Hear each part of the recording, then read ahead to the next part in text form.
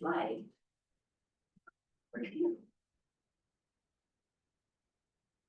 All right, is that working? Yes, it is. Good, my now, I can't stand for too long, so I'm gonna talk from here. And, two affiliations are the National Lighting Safety Council, the African Centers for Lighting Education Network. So, fulgurites. Those were my fulgurites that just went around. I got them at the Mineral Show in Tucson, the second largest gem and mineral show in the world. And I have a license plate that says Fulgur on it. I don't know what you do, and I think it's the only one in the world. I was out in the driveway a couple weeks ago, and a man wandered past, and he was walking past. He said, I walk past here every day, and I wonder what that license plate is. So it was great. So I had a good chance to have a little 90-second lightning education for him. All right. I have a Vajra. It's this thing here. This is from Nepal, from Sri Ram Sharma, who all of us in meteorology know, enlightened science. A Vajra is thunder, or maybe it's lightning, or maybe it's both, or maybe it's a thunderstorm. But in legend, you throw it at somebody that has pointed edges, set that by it. This is bronze. When we pass it around, it's quite an amazing thing. Sri Ram gave him. I've seen him on the web. 3 feet long, it costs $10,000. So this is the one from Sri Ram had a box full of America. So anyway, lightning is full of myths and stories, and some of them are unfortunate because they're not true, and so on. Okay. So I worked along with Chris at Vaisala, where the lightning detection network is owned and operated, and I have an Arizona number up there I see, which is 23 million cloudy round flashes per year. You can see the distribution in North Dakota. It comes up in the middle from the south, the maximum, and becomes less and less to the north. And I live in Tucson, Arizona, down in the southwest, where we have quite a bit of lightning. Dial and I were together in Tucson for about 6 years before we moved on. Next. So Vaisala also owns and operates a global network called the GLE 360. It detects 2.2 billion lightning events per year. And that's a heat map of where they average out over the years. It's an amazing tool. Chris and I have access to it to look at events anywhere in the world for up to 1 day. And it's exciting. This has never been like this. There's never been anything like this before. So let's talk a little bit about how lightning happens. I showed the ground and so on. This is from Mount San Salvatore of Lugano, Switzerland. Actually, I did not take this, but my wife and I went up to the top there a few years ago. It's an amazing place. And here's a lightning flash that was photographed many years ago coming down. The bright one is where there was a successful connection with the ground, and the other ones were not successful. So it's an interesting view from 500 meter height, something like that. Next. And here's the video. I want to go ahead and show this one. So here it comes down again. So what's going to hit the ground? First one wins. There'll be all these tendrils coming down. The first one that hits the ground is the one that is closest to the ground. And it sure sounds random, and it is random as to which one it is that's going to do it. So keep that in mind when you look at, let's look at it one more time. Now watch all those tendrils coming down. One of them faster, just the way it goes. And then we're on that fast time frame. Okay, next. So that explains to some extent why lightning is hitting open water. And there's boats over here. It didn't know those boats were there. It had to come down where it had to come down. And on the right is a very common pattern. I have pictures of about 13, I think it is, golf courses that have these patterns coming out where lightning hits the ground. The tendrils go out from the strike point in the middle there like that. And it just hit open, flat ground. There's nothing there. There's no cup, there's no anything. It's just it. Next. So lightning is formed by updrafts which I show by red arrows. They form towers that are going up, and when they go to the temperature -5 to -15 Celsius or -10 to +10 Fahrenheit, you get a mixture of grapple. On the right, there's a picture of a grapple. You see that here, small hail, ice crystals, and super cold liquid water, and that mixture is necessary along with the updraft through that layer to produce lightning. Beyond that, it gets really complicated, but I think these are the things that we generally agree on. This is a video from the University of Arizona, where I was a student, and this was taken over the mountains that I see from my house quite well. And you can see the towers going up. They really do happen. Not as pretty as the previous picture, but that's how they look.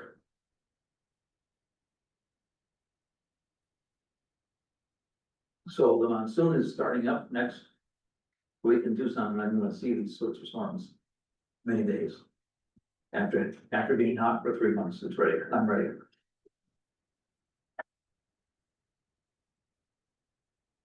Okay.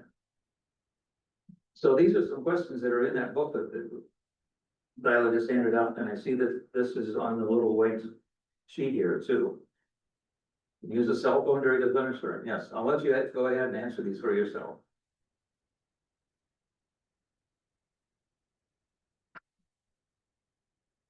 Did you get them all right? Did you get any of them right? So we go through each one of those topics for a page in the book that's online. Go ahead. So there's 2 reliably safe places: inside a large, substantial, frequently outgoing building, and inside a fully enclosed metal top vehicles. And so when thunderers go indoors, it works in the United States. Next. This is now forbidden. You see this in some lighting, safety, education things. Unfortunately, it's entirely false. Okay, next. So Dr. Cooper is going to talk a little bit later in the next subject to talk about how lightning affects people. There's 5 main mechanisms, we call them. Ground current is the most common. Side flash is next. Contact is common. Upward leaders are complicated, but through direct strike, I put in a small picture there because direct strike hardly ever happens. What do you think about lightning? Lightning safety is coming down and hits you in the head. Rare, less than 5%. So that's not what you should be protecting yourself from. And that's what people make up all sorts of stories about being outside the precaution. Next. Safe vehicles are, that's my title up there. Buses and trucks, it gives you a Faraday cage-like effect. Unsafe vehicles are mountain bikes, ATVs, and I found this picture last week of a kayak that was vaporized. What safe structures are schools and houses and hospitals. And again, they have a Faraday cage effect where lightning has a path to follow from the head to the building into the ground, because the building codes in the United States have grounding to take a strike to a building into the ground. Next, unsafe structures are these. I just gave a talk to the British Columbia search and rescue last week, and these are this Lake Minnewanka on the left. It's a restroom we were on the van for a couple of years ago. Looks like a nice building. There's no lighting protection on it. There's no light wiring. There's no way for the light. There's no path for the lighting to follow. Totally unsafe. And on the right is a picnic facility. It has no Faraday gauge type of effect around a person. So to close out last couple of things, I've spent quite a bit of my time looking at what the documented number of lightning deaths are per year around the world. And these are published papers in the last 10 years, and India's 2000 next. And these are all the countries that have published numbers, and it's up to 3,900 from pretty reliable figures. My estimate is there's as many as 24,000 deaths a year and 10 times as many injuries. So it's not a zero, it's not a tiny number, it's a quarter of a million people, if those numbers are true. Next. And a lot of the countries like Colorado, where the fatality rate per million people is low in yellow, medium and orange, and high in red. And you see the highest ones are all in Africa. And all the numbers, all the countries in Africa, except for a few, have no data. And that's where we think most of the light injuries are. So we're kind of an impasse. We don't know where to go. Why is it higher in Africa? I'm gonna go with that. Oh, yeah, okay. Perfect question. All right, so as a follow-up to that, I've participated quite a bit in there, and Dial is now the Lightning Centers for Lightning Education Network. Next. This is the First Lady of Uganda, the wife of the Prime Minister, who declared International Lightning Safety Day in a video on Monday or Tuesday. So take a look at the left.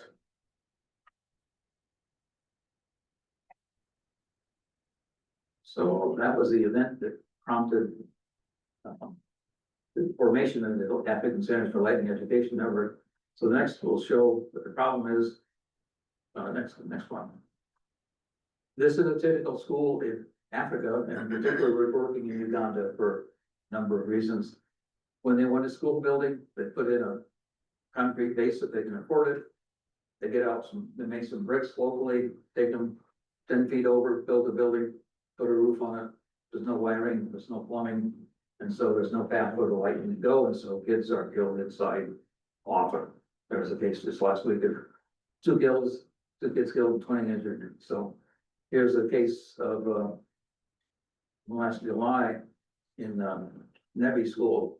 There's 77 students and teachers injured when they stood where the little red flags are. They were underneath that slight overhang. There was a little soccer tournament going on. So that building, you see, there's no protection whatsoever. And unfortunately, you're concentrating people inside the responsible place. So we're trying to fix that. But we won't do it anytime soon. Thanks.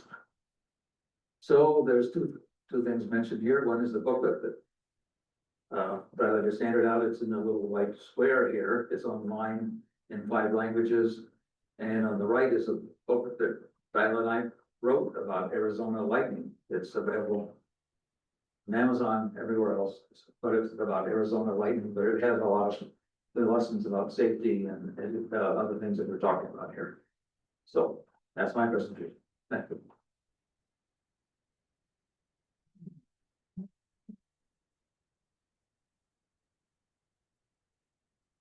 Does anyone have any questions? Yeah.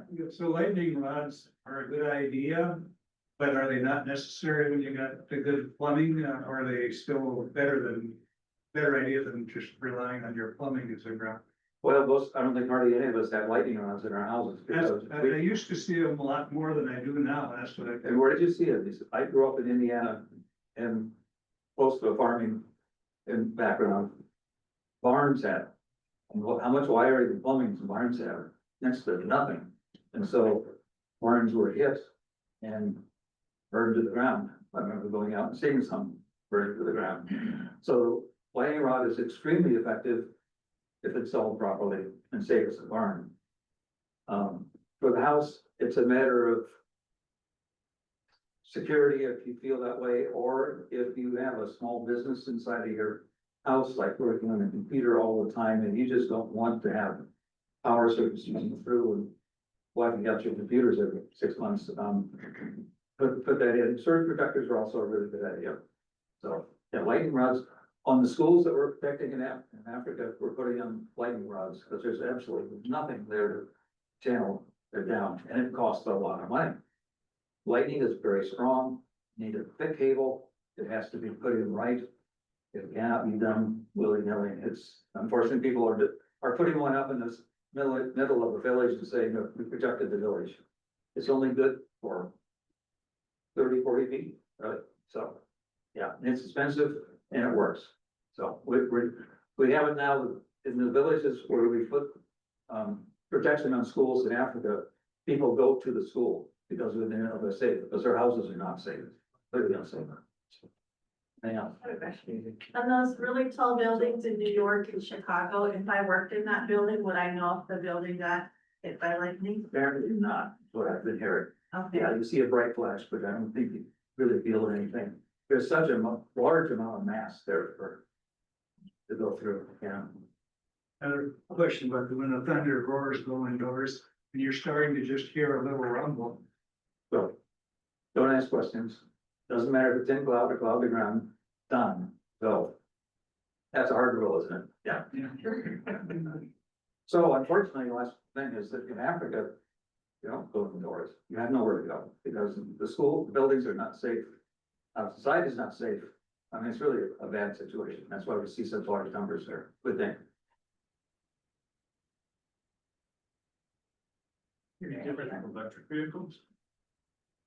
Electric vehicles, it still has a metal shell around it because we require crash, safety, so, even convertibles now have a roll bar and so on, so that you have more or less a 30-day gauge around you, but electric vehicles, yes, if they're hit, I think there's a lot of damage, and if you're inside of a car that's hit, yeah, but you're better off than if you've been outside next door to it, so much better off. As kids, we used to have the saying that when the thunder boomed, you counted to 5 and it meant it was 5 miles away. And you didn't have to worry about lightning until it got less than 5 miles. Is that a bunch of wives' tales? It's 5 miles per second. 5 seconds per mile, 5 seconds per mile. So when you counted to 5, it was only 1 mile away and you're in great danger. Ah, So this is a common problem. It's 5 seconds per mile. So 30 seconds is 5 miles to 6 miles. We think 6 miles is an absolute maximum distance you should allow lightning to be close to you. That's why we say when the thunderers go indoors, don't ask questions, done. Well, yeah. We've revolutionized the whole lightning safety thing with this lightning safety council the last 20 years. We've changed everything.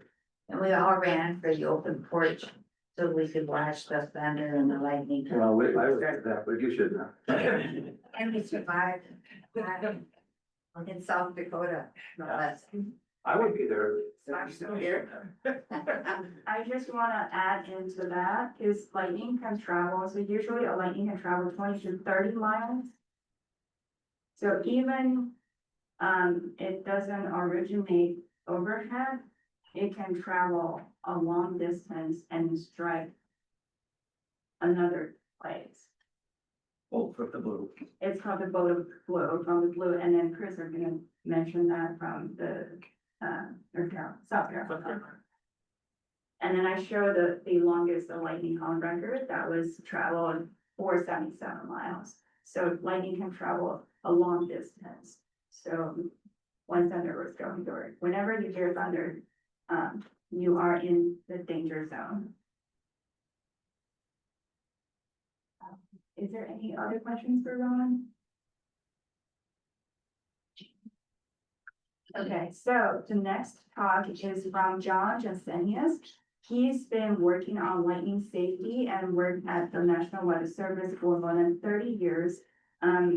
Unfortunately, he is in a workshop this week, so he wouldn't be able to be live. So I had his pre-recorded video, but he was the person who created the National Lightning Safety Council that all of us are members.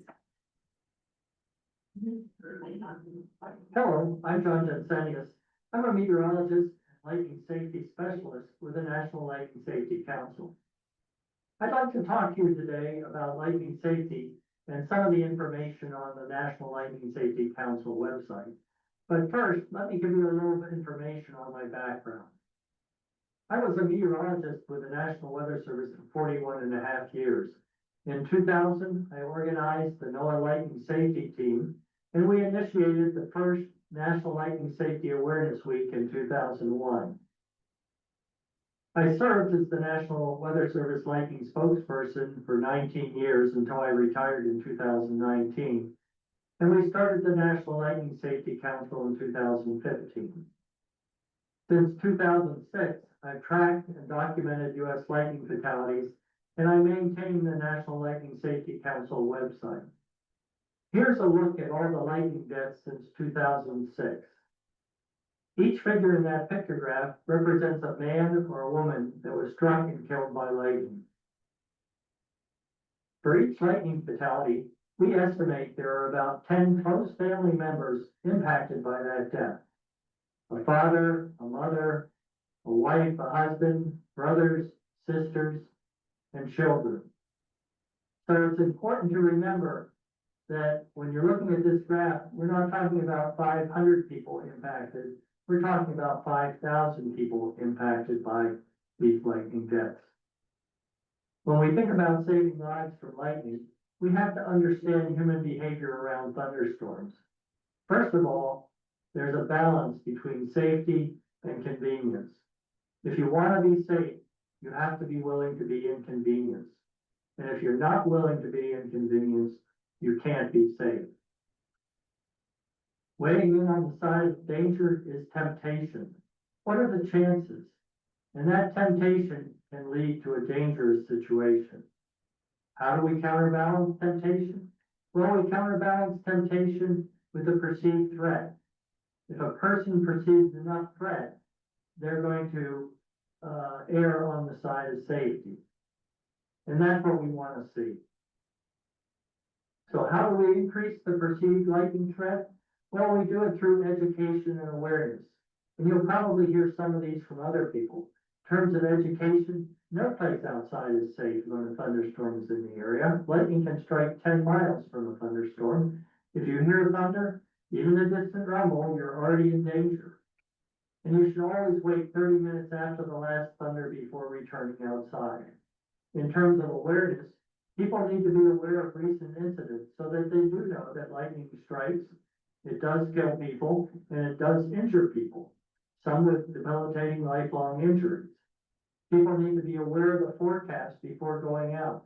If they do go out, they have to be aware of current weather conditions. They have to be aware of where they're going to go for safety, and they need to be aware of how long it's going to take them to get there. And most of all, people need to react quickly to any threat. So there's a quick look at our lightning safety website homepage. We also have tabs for lightning science, personal safety, sports and recreation, medical information, lightning protection, U.S. lightning fatalities, which I'm going to talk about a little bit, Lightning Safety Awareness Week, various resources, frequently asked questions, and information about the council members themselves. Here's a quick look at our lightning fatalities page, and you can see that we've listed fatalities for each year from 2006 through the current year. We have a lot of information on this website, a lot of statistics, and I'm just going to talk about a few of them. First of all, in terms of the months when most of our fatalities occur, June, July, and August, that's when people are outside enjoying all kinds of wonderful summertime activities. And it's also the time of year when we have the most lightning across the U.S. In terms of days of the week, the weekends have the most lightning fatalities, although there are lightning fatalities all days of the week. In terms of the age and gender, well, you can obviously see that more males are killed than females. And the ages when most males are killed are usually between about 10 and 60. And the gender difference is highlighted in this pie chart. 80% of the lightning fatalities are male, with only 20% being female.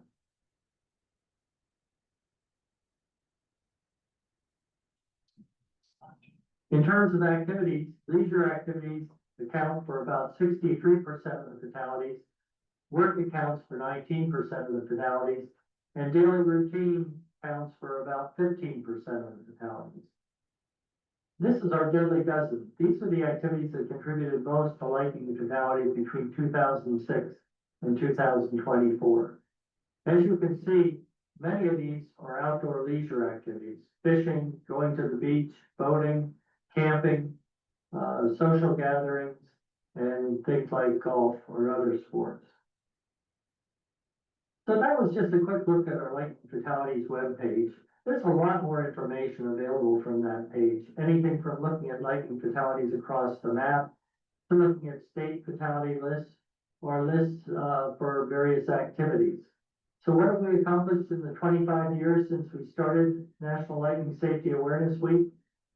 Well, when we started Lightning Safety Awareness Week in 2001, the 10-year average for lightning fatalities in the US was 55. That has now dropped to about 20 fatalities a year. As you probably know by now, this is Lightning Safety Awareness Week. I'd encourage you to get on our website and try and find out more information about lightning and lightning safety. And if you do have any questions, there's my email address, or you can just ask them to some of the presenters that are there with you today. Thank you for listening.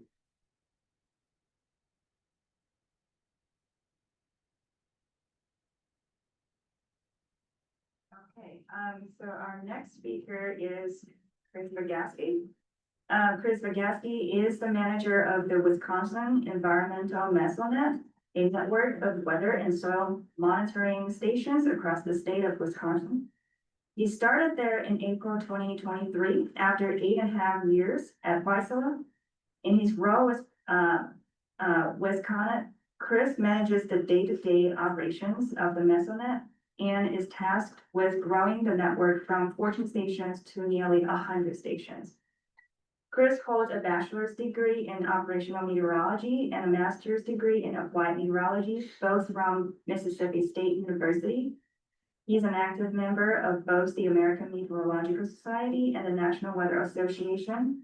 Chris serves as the chair of the EMS board on membership and is co-chair of the 2023 National Weather Association annual meeting.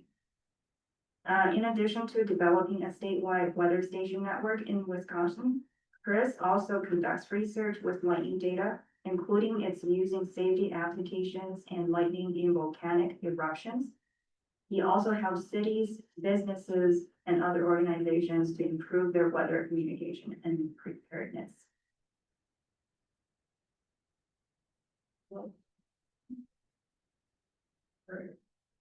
Already pulled in right there.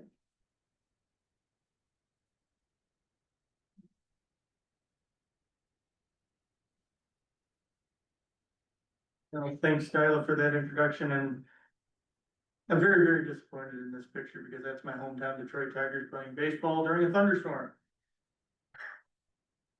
That's very bad. I've done research on lightning during baseball games, and when the entire MLB is playing, at least one of those games is going to have lightning at an unsafe distance, based on over 1,000 games looked at, or 4 seasons of games looked at. You know, there have been around 1,000 games that had lightning during them, and the games kept playing in most of those cases.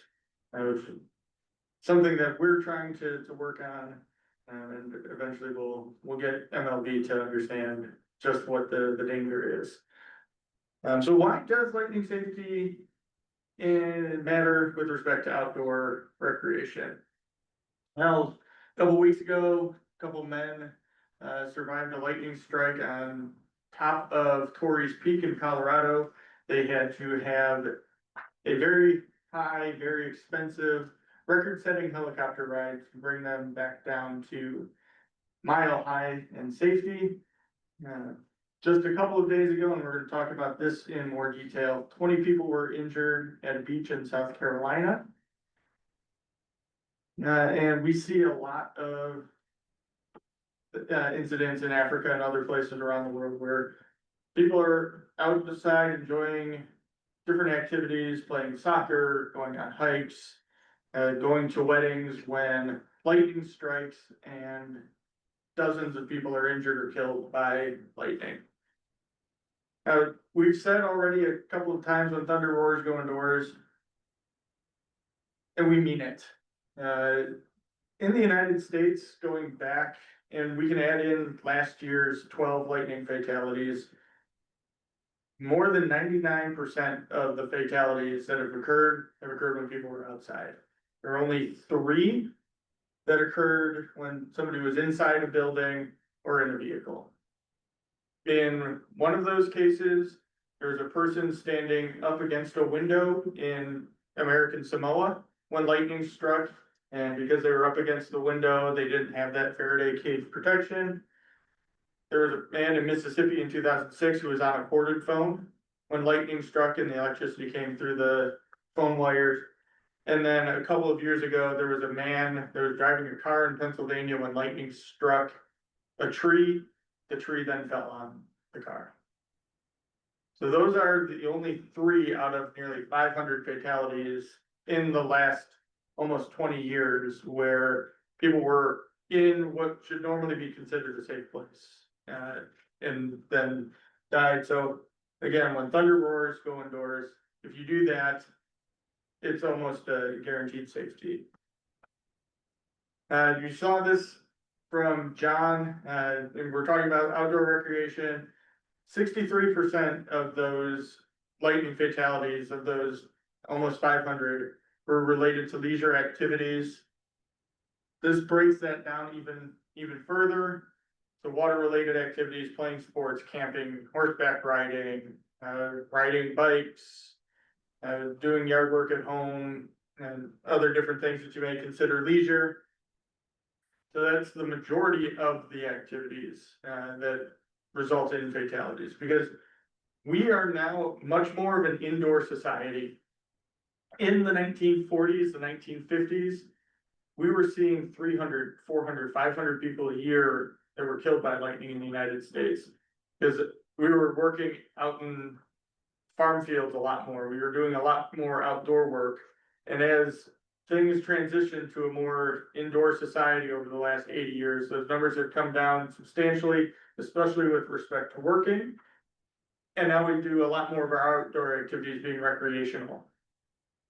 Which is why when you look at the Deadly Dozen, a lot of those are outdoor recreation activities, fishing, being at the beach, boating, and only a few now are related to outdoor work, so farming or ranching, roofing, and construction.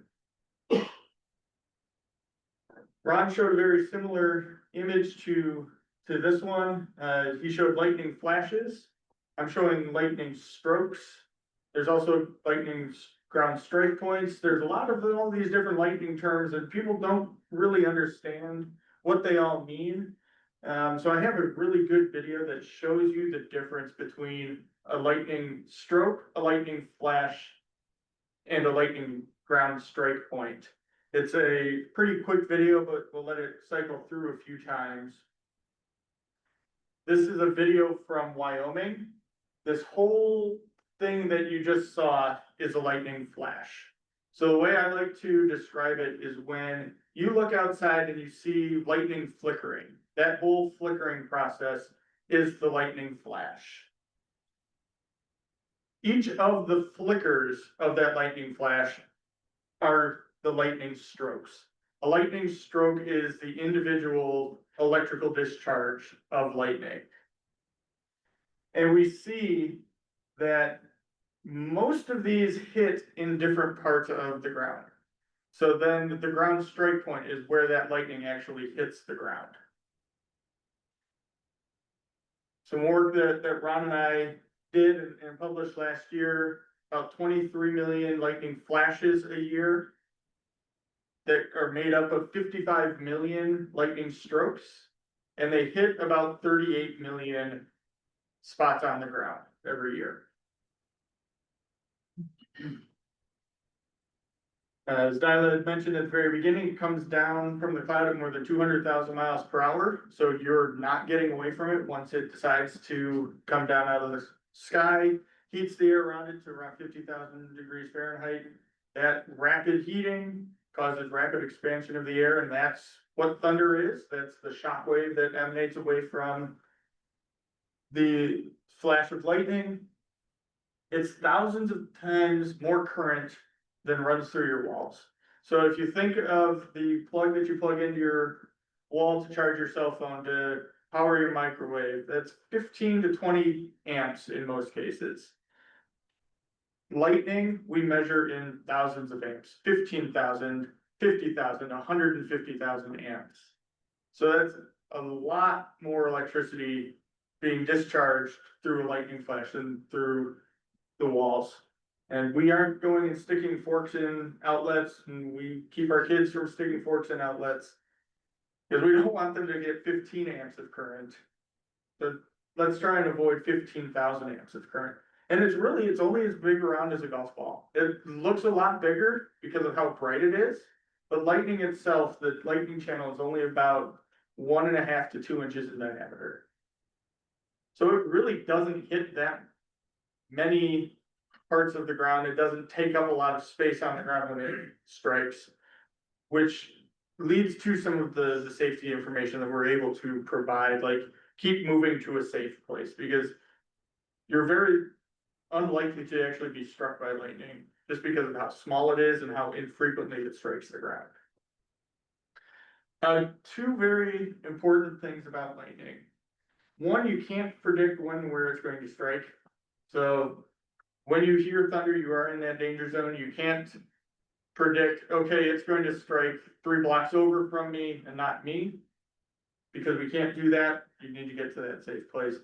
And we can't prevent lightning from striking. So once it decides it's going to come down from the sky, it's on its way and nothing you can do to prevent it. So we have to intercept it with lightning protection, and we have to get into a spot that is protected from lightning. So what can we do? When you are outside, have a plan in place. So know the forecast before your outdoor activities. Adjust your plans to avoid thunderstorms. This is where John was talking about the safety and the convenience.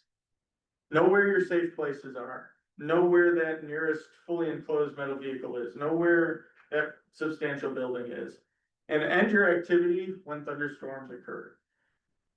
Most thunderstorms, they don't last very long, 15, 20, 30 minutes. So if you can just postpone your activity for a half an hour, you're going to be a lot safer than if you keep playing through. I mentioned, and we still have the headline, there were 20 people that were injured in South Carolina a couple of days ago from lightning. This is where they were. This is a small beach near a dam on Lake Murray, near Columbia, South Carolina. So there were a large group of kids and adults. There were 12 kids and 8 adults there at the beach, enjoying time, swimming and just hanging out on the beach when lightning struck the water, and 12 of them, 18 of them had to go to the hospital. 2 of them were treated at the scene and were released. They were just feet away from their vehicles, which is a safe place. As long as it's not a convertible. And this happens in most of the lightning injuries and fatalities that we see, is people are actually very, very close to a safe place. They were just taking the risk of, well, lightning's not going to strike me. Like, I've been out on this planet for 42 years and I've never been struck by lightning, so I'm not going to be struck by lightning this time.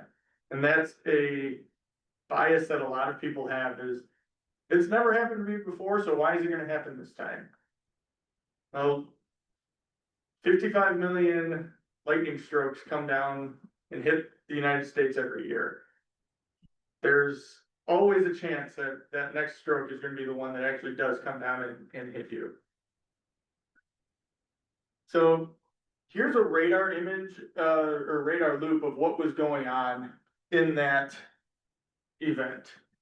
We had a little thunderstorm that moved north of Columbia, kind of fizzled out, and then a new thunderstorm developed just on the south end of Lake Murray there. It doesn't seem like much. If I can point to where exactly the beach is, it's right about there. So it doesn't even look like the rain necessarily fell too much on the beach. The skies would have been a little bit dark, maybe not too different from what it is right now. And there was probably a quick gust of wind 10 to 15 minutes before the lightning struck at the beach. In most cases, people would have probably just kept doing what they were doing, hanging out at the beach, swimming, doing whatever they were doing until then the lightning struck. Now, we do detect lightning, and we can detect lightning in the clouds and between the clouds and the ground. And so that's what this image is showing. This is lightning that occurred between 3 o'clock and 4:44 in South Carolina. The lightning, that big lightning bolt there, that's the lightning that struck the beach. That happened at 4:43. All the detections, all the little dots on the map that you see there, those are lightning events in cloud and cloud to ground lightning that was detected in the northeastern side of the map between 3:52 and 4:08. And then on the southwestern side between 4:35 and 4:43. The circle that's on the outside ring there, that is a 10-mile radius around the beach. You can typically hear thunder within about 10 miles of the lightning. So thunder would have been audible between 3:52 and 4:08, and again, beginning at 4:35. And as we always say, when thunder roars, go indoors. So that would have been a warning sign that thunderstorms were in the area and close enough to strike you. Now, when this lightning happened, get this loop going again.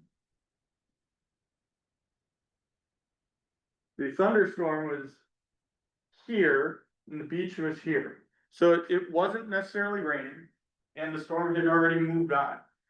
But the lightning can strike 10 to 15 miles away from that center of the storm. So as long as you are able to hear the thunder, you are close enough to that danger zone. And you do need to take your safety precautions. So those safety tips. You can hear thunder, you're close enough to be struck by lightning. You're gonna hear a lot of this over and over and over again. I think usually by the 5th or 6th or 7th time you hear something, it sinks in. So, you know, when you go home tonight, your brain's gonna be processing that, and tonight while you're asleep, your brain's just gonna be saying, thunder roars, go indoors, thunder roars, go indoors. Dry does not mean safe. It was dry at the beach, and the lightning came out of the side of the storm and struck. Being under a picnic shelter, being under a gazebo, pavilion, a dugout, that isn't lightning protected, it doesn't keep you safe from lightning. So you need to get inside that substantial building, you need to get inside the fully enclosed metal vehicle. Those are the two ways that you stay safe from lightning. Ron showed this picture, I'm gonna show this picture again. The lightning crouch, we see it continue to be promoted year after year after year. We stopped recommending the lightning crouch in 2007. So it's celebrating its 18th birthday of being forbidden. So when you do the crouch, what you're doing is you're taking yourself from being 5 foot tall, 6 foot tall, and you're making yourself 3 foot tall. You're now the size of a child. We're not telling our kids, hey, go out in the thunderstorm, go play. When lightning comes out of the sky, it comes down in 50 foot or 150 foot increments. So going from 6 feet to 3 feet, you're still visible to that lightning. And all this is doing is keeping you in the danger zone. It's not getting you any closer to a safe place. You're just sitting in the thunderstorm. So the maximum area of lightning density. So that's how much lightning occurs over a small area. We usually look at that in terms of square kilometers. So lightning in the United States maximizes at about 20 to 30 ground strokes per square kilometer. Square kilometer people aren't too familiar with. So I like to put that into terms people understand. Football fields. A square kilometer is 187 football fields. Take 20 or 30 golf balls, throw them randomly around those 187 football fields. That's how much ground is being struck by lightning in a given year. So as you keep moving to that safe place, you're much more likely to avoid all of those lightning locations than if you're standing solitary where the lightning has a better chance of getting you. So that's why we keep saying, keep moving to that safe place. Don't crouch down. You're just staying out in the elements for longer. So as long as you keep moving, you're getting safer and safer with each step.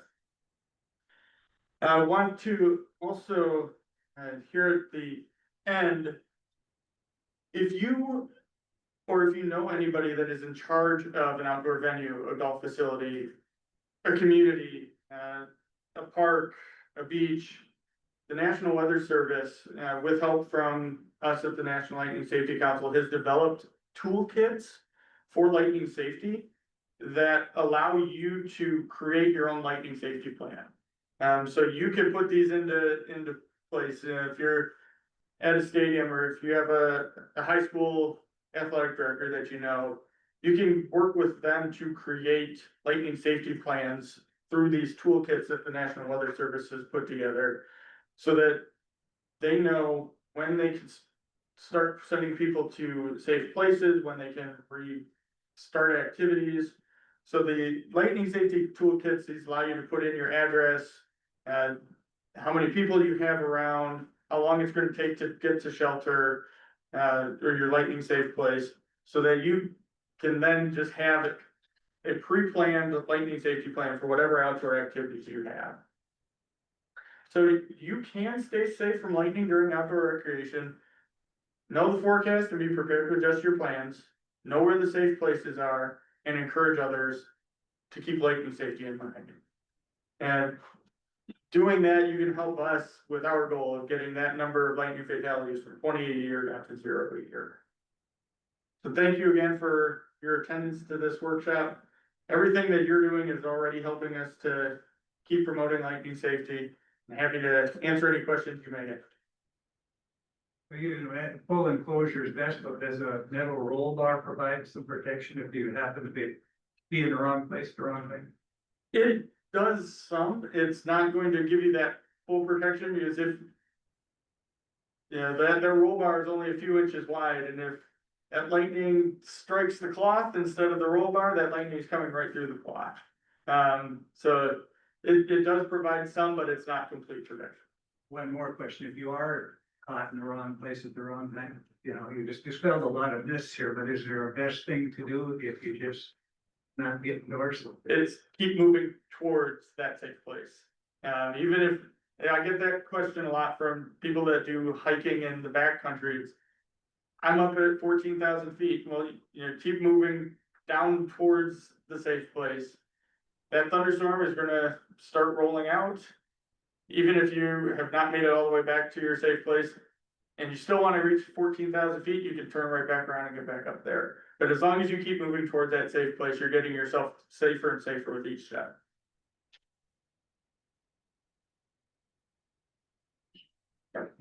Since you can't be everywhere at the same time, like when that happened in South Carolina, how do you get notified? What's the process, and then you can add it to your data? Yeah, so we do a lot of different ways of keeping track of information. The National Weather Service, they put out storm reports, and so this was a National Weather Service storm report that caught our attention. But we monitor Google alerts, and so we look for search for lightning every hour. We work with the CDC and communicate with the CDC for their lightning fatalities that they've reported. And we just have good connections with different media partners, and they know who all of us are, and we know who all they are. So people will reach out to us and say, hey, I don't know if you saw this, but we had an event today. Communication is a really important part of what we do, and having those open lines of communication with everybody really helps us to get the attention of what different things are going on. How does the risk level change with a thunderstorm that has driving? It will probably actually increase the risk because most people go inside when it starts getting wet. So we actually see kind of a U or a V shape, to lightning injuries and fatalities. It's very high when the storm is further away. It gets lower as the storm gets overhead, and then it increases as the storm moves out. Because people tend to not want to get wet. Baseball umpires, they don't care about the thunder and the lightning, they care about the rain. So when, this lightning, I looked up the lightning data for this picture. This lightning actually originated in Windsor, Ontario, and moved about 8 miles overhead at Comerica Park. So the storm was, 8 miles away. It wasn't raining. The umpire doesn't care because it's not raining. People tend to not care unless it's raining. So we see this U or V shape in lightning fatalities. So if it's dry lightning where a thunderstorm is producing only a few drops of rain, that's actually going to increase the lightning safety risk because people aren't getting wet, so they're not going inside.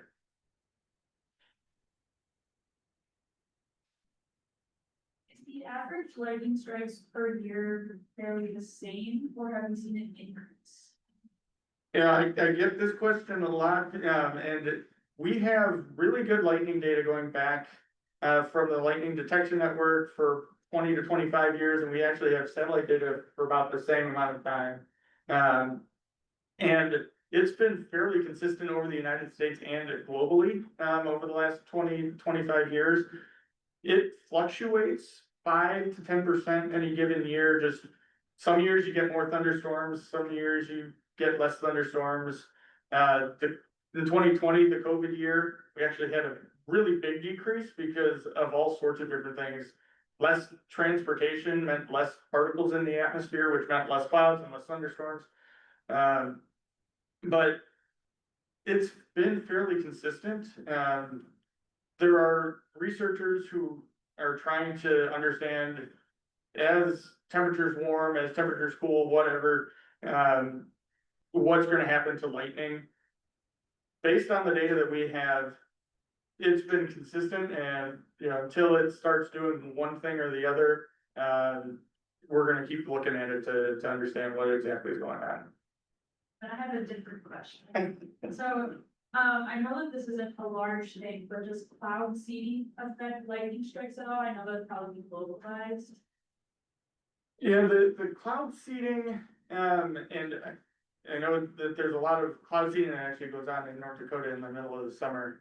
That is more for precipitation generation. It might have some impact on lightning if you're taking a lot of the grapple or the liquid water out of the storm, because you do need to have those multiple precipitation particles in the clouds to get that charge transfer. So if you are taking more water out of the cloud and leaving less water, just having more ice crystals in there, there will be a difference in the amount of charging in the cloud. But I don't know if we've got any really good evidence from a big study that shows one way or the other what happens with that. These are really good questions. Back in the 40s, I grew up on a farm. And they put cables across the top of the buildings, the highest ones. And then they had rods on top and they had a different ground. Is there any history on how effective that was? Yeah, that sounds like Franklin rods and grounding wires, and that the Franklin and a Franklin rod, that goes back to Ben Franklin. So we've been using those for a couple hundred years, and they are very effective when they're installed properly. Yeah. Well, sure, back in those days, farms were close together. I guess I don't ever remember anybody getting hit real hard with. So I'm just wondering if you have any idea on how effective that was. Yeah, they're very effective as lightning protection. What I thought. Yeah. So I'm not gonna run home and put one. So we just found out, like, follow up, I just found out today that lightning can travel over like almost 500 miles, right? The NCAA has a rule that says after the last, like, guys that ground lightning strike in about 30 minutes or about 8 miles away, it's like the safe time to restart a game. Obviously not, so how should I try to convince somebody? You know, it is a very good guideline. It's one that Ron actually had a hand in developing. And we were actually just looking at some numbers in the last couple of days of the time that the last lightning occurred to the probability of lightning nearby in the next couple of minutes. And once you get to 30 minutes of time without any lightning nearby, the probability of the next lightning being nearby in the next couple of minutes is almost zero. It's really, after you get to about 15 minutes without any lightning within a couple of miles, you're just about at the safest that you can be. So that actually is a pretty good guideline. What it was really helpful is having a meteorologist or somebody dedicated as a weather watcher, and that's what the lightning safety toolkits recommend. So that they can watch the lightning data, they can watch the radar and see if there's another storm coming in, or they can look at the lightning data to know, okay, there was a little bit of cloud lightning that was 8.1 miles away, we need to keep an eye on this. But in general, if you haven't had lightning within a couple of miles of you in the last 15 minutes, you're at that point where you can start resuming outdoor activities.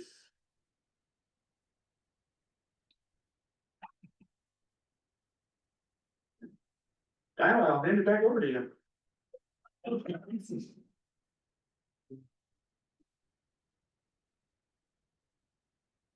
So the next video is from Dr. Marianne Cooper. She is not a meteorologist, but a physician and surgeon.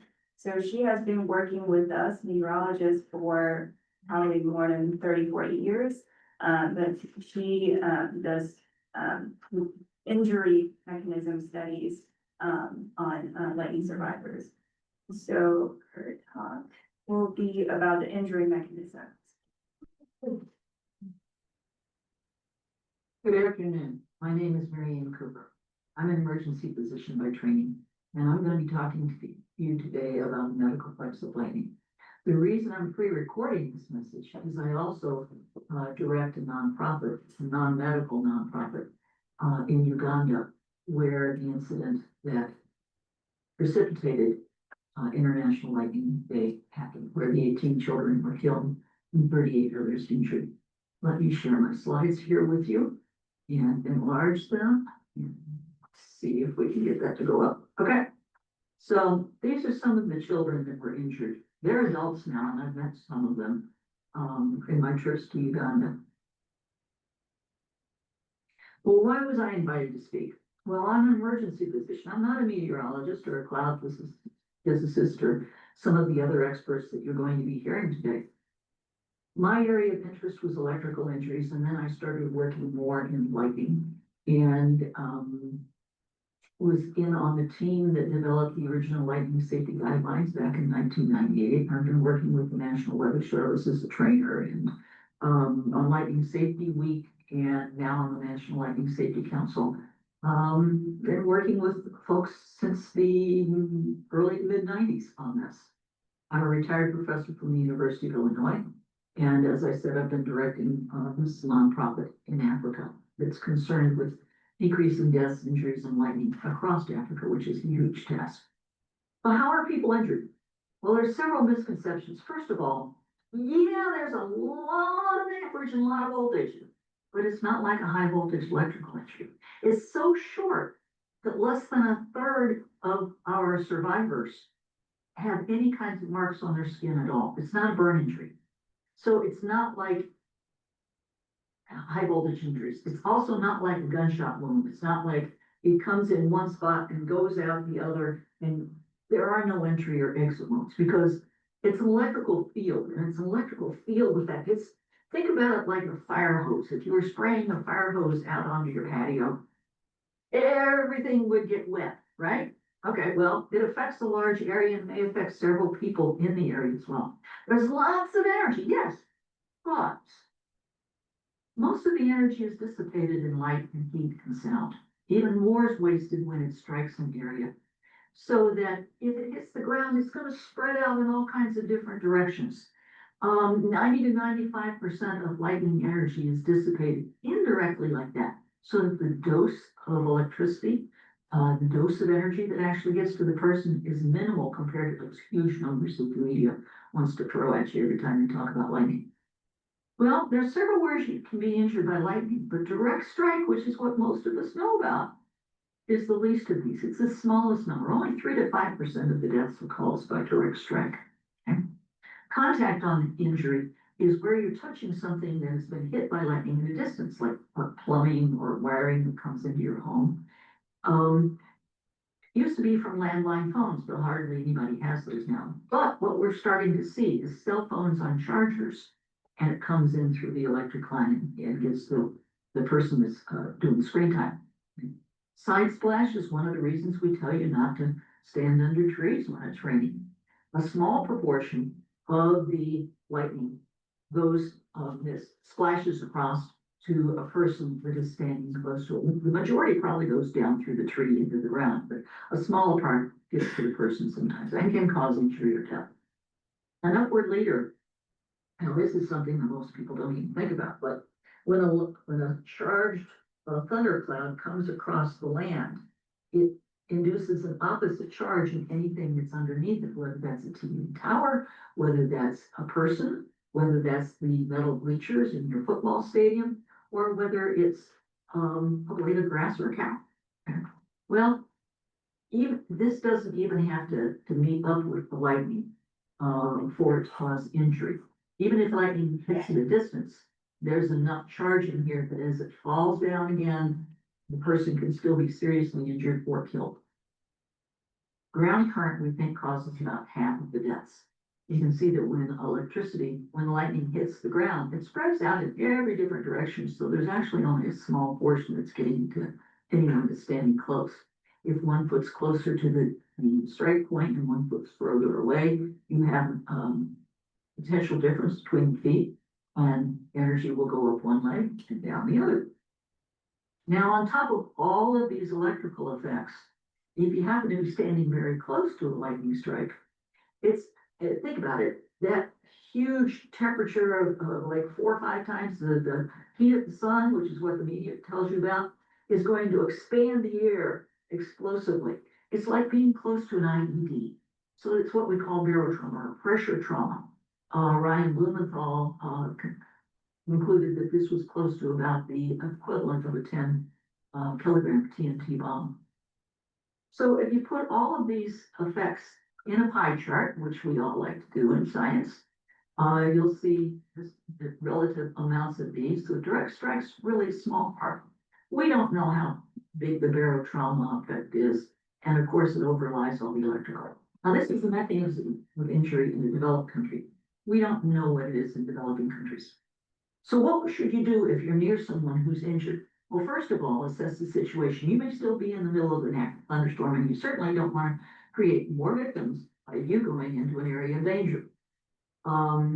Get someone to call 911 or whatever the rescue group is in your area, if you're in another country. Assess the victim. Are they breathing? If not, then start CPR. If an AED, an automatic external defibrillator, is close by, see if the person is having ventricular fibrillation, because an AED can save their life. So can CPR. And don't bother to feel for a pulse. We stopped asking people to do that because even me as a trained emergency physician, I'm going to have trouble feeling pulse in the middle of a thunderstorm with everybody running around and screaming and yelling and all that. So, and it will not hurt someone to start pushing on their chest if they still have a heartbeat. So, and if they don't have a heartbeat, don't sit around and wait and waste time. Time is brain. You want to get blood up to that brain as soon as possible. So start CPR. Are you gonna hurt them if you start CPR? No. They're dead anyway, right? They have cardiac arrest, they're dead. So the only thing you're gonna do is help them if you start CPR, so don't be afraid to do that. Okay? If possible, all of you should move to safety, including the veteran. If the person's conscious, then just reassure them and help us on the way. If they're breathing, they're gonna survive. They may have permanent injuries, but they're gonna survive. So let's talk about, what to expect afterwards. The mechanism of injury is not at all important to the care of the victim, so don't worry about that.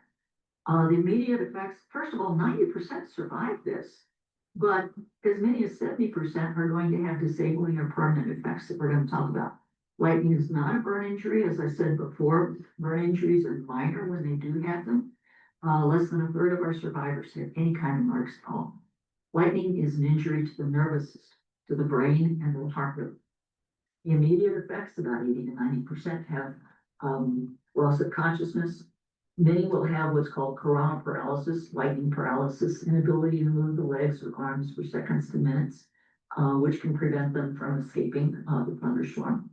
They may have confusion and amnesia for the event, certainly eardrum rupture, pain, and 5 to 10% will have the cardiac arrest. That is the proximate and only cause of death from lightning. Long-term effects, brain injury similar to football post-concussive people with confusion, forgetfulness, GI problems with no appetite, upset stomach, headaches, difficulties with balance and ringing the ears that can last for days to weeks. The brain injury often results with the long-term effects of multitasking problems, organizations for adults, trouble with memory or learning new materials, retrieving stored information, and often they're unable to return to work, which means they may lose their mortgage, their house. For kids, they can have learning disabilities. Because of the frontal lobe injuries, there's also a tremendous amount of difficulty with relationships, and it can cause families to break up. Chronic pain is another problem. Nerves that are injured by lightning heal differently, they heal irritably, and they send lots of misfires to the brain. The brain interprets as pain, pain, pain. So neuropathy. Many will have PTSD as well. If you want to see some of the other long-term effects from lightning, you can download this book, which Ron Holle and I wrote a few years ago. You can download it for free. I think we made, between the two of us, we made $1,000 by writing this book. So I figured it was mine, so I put it on the website. It's on the academic website. If you go to publications and book, it's also available on ResearchGate under my name. Well, death may be devastating, but usually families move on eventually. They never forget, but they move on. Disability, however, is a disaster. Think about it. If your 12-year-old son is out playing baseball and gets hit by lightning, and he has brain injury, or if your daughter who's ready to go to college, or your husband who's working outside or playing golf, is injured by lightning and has brain injury or chronic pain afterwards.